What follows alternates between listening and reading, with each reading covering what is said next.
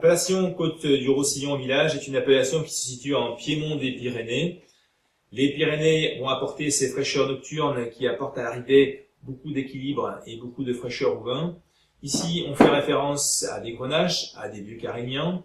On a également un petit peu de syrah. Ces cépages carignan et grenache donnent réellement le caractère à l'appellation.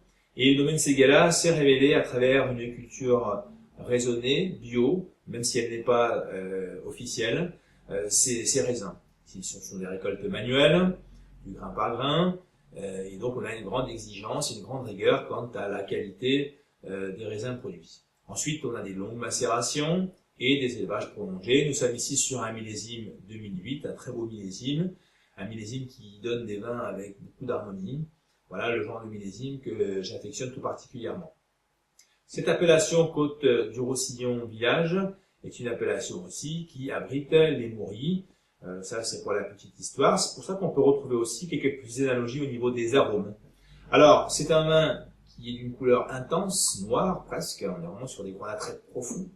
On a beaucoup de viscosité. C'est un aspect jeune, il n'y a pas d'évolution du tout.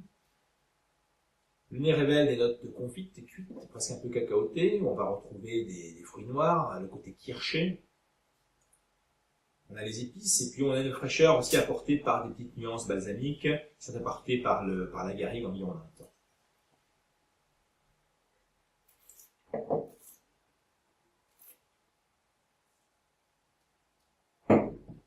Très belle bouche, à la fois structurée, on a une structure massive, on a des tanins qui sont monumentaux.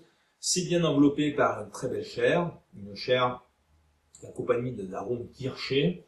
Et puis tout ça, c'est soutenu par une belle acidité, donc ça évite la lourdeur au vin. C'est ce qui donne effectivement l'harmonie qu'on va rechercher à travers ce vin. Alors sur quoi proposer ce vin-là? Eh bien sur une cuisine riche, bien évidemment, sur une cuisine à base de petit gibier, sur une cuisine à base de bœuf, d'agneau. Je pense que c'est un vin qui aime bien les estouffades, qui aime bien justement s'enrober d'une petite sauce. Voilà, c'est un vin qu'on va pouvoir servir à une température de 15-16 degrés. C'est un vin qu'il va falloir aérer, bien évidemment.